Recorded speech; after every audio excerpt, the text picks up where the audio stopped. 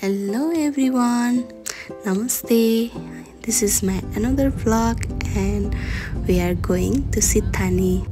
This is my dream place and मलाई चाहिँ अस्ति देखि जानु मन लागिरहेको थियो। यस्तो अरूको भिडियो हेर्दा पनि के कस्तो रमाइलो के त्यो सिथानीको कहिले जाने भने फाइनली दिन आयो हैन जाने। कस्तो रमाइलो भ्यूहरु हेर्दै जाँदै थियौं। एकदमै टाइम लागेको थियो जान चाहिँ 2 घण्टै लाग्यो होला। अक्टोबरबाट 1.5 आवर मा बौद्ध हुँदै गएको थियौं हामी। कति रमाइलो यो बाटोहरु पनि कस्तो रमाइलो है। वेदर पनि कस्तो रमाइलो थियो। घाम लागिरहेको थियो। हावा पनि चिसो हल्का आइरहेको थियो। कस्तो रमाइलो भयो। बाटोमा टाढा भएर चाहिँ ह्याङ भइरहेको थियो अनि गयौं हामी। Finally we are here to Sithani. कस्तो रमाइलो यहाँभित्र पस्ने बित्तिकै कस्तो अर्कै फिल भएको के। बेला भनेको यस्तै हो के पुनम। बेला भने तर हामी चाहिँ ऊ कुनाको थियो। कस्तो रमाइलो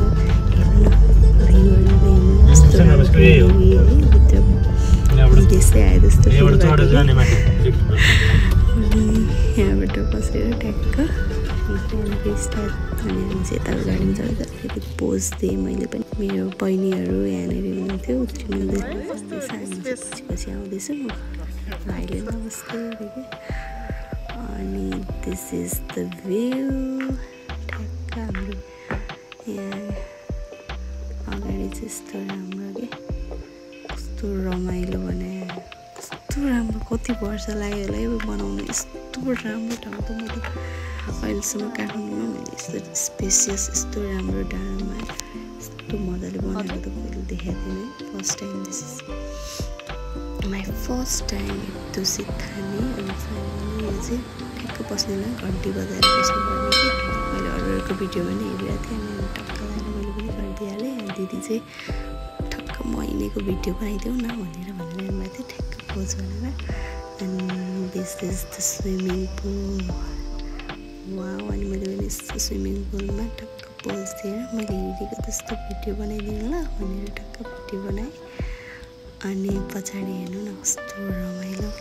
अनि हामीले चाहिँ यहाँनिर रुमहरूको टुर गर्न लानुहुँदैछ टक्क गाडीमा।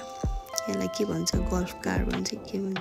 यसमा टक्क सर गयौँ हामी अनि रुमहरूको बारेमा भन्दै जानुहुँदै दाइले। अनि हाम्रो रुम्सहरू चाहिँ बेसिकली 5 क्याटेगोरिज अफ रुम्स हो। अनि भिलाहरू चाहिँ 3वटा क्याटेगोरीको छ। 1 बेडरुम 2 बेडरुम र 3 बेडरुम। हजुरको यो साइडमा चाहिँ हाम्रो 3वटा क्याटेगोरीको रुमहरू छ। टोटल 28 रुम हो यो साइडमा चाहिँ।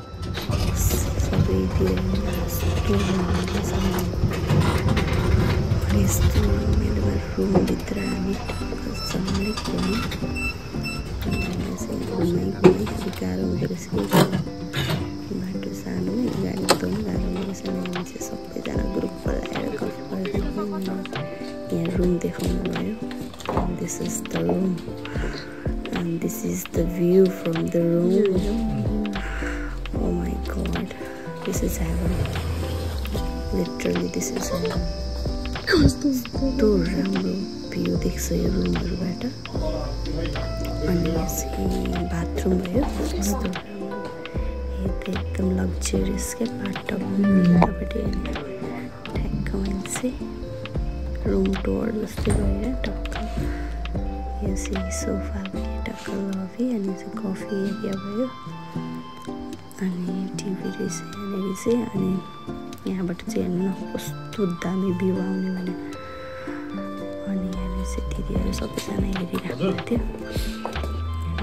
यहाँ चाहिँ टिभी भयो अनि त्यहाँनिर बाथरुम पनि यस्तो मजाले स्लिपरहरू बाथरुम टक्क गयो। कस्तो राम्रो भने आइरन गर्ने पनि रहेछ। अनि यो पैसा राखेको सेफ छ। अनि यतापट्टि बाथरुम यता सावर लिने भयो। स्याम्पूहरू पनि कस्तो राम्रो लोसन राख्दै थियो। अनि हामी चाहिँ यहाँबाट गयौँ फेरि रुमहरू कस्तो रहेछ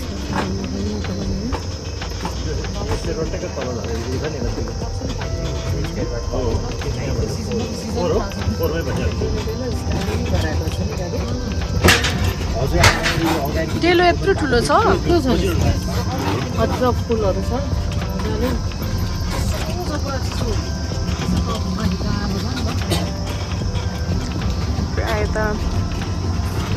वाला ढोका रहेछ त। यहाँ त कस्तो है अर्कै खालको नर्मल वालामा आयो होइन बाटोहरू पहाड अनि अर्को रुम हेर्नलाई हामीले त्यो भिलावाला होइन अनि यहाँबाट चाहिँ हेर्नुहोस् न यो ओ माई गड यो हनीमुन स्विट रुम के हनीमुनको लागि आउने यो बाटो यहाँबाट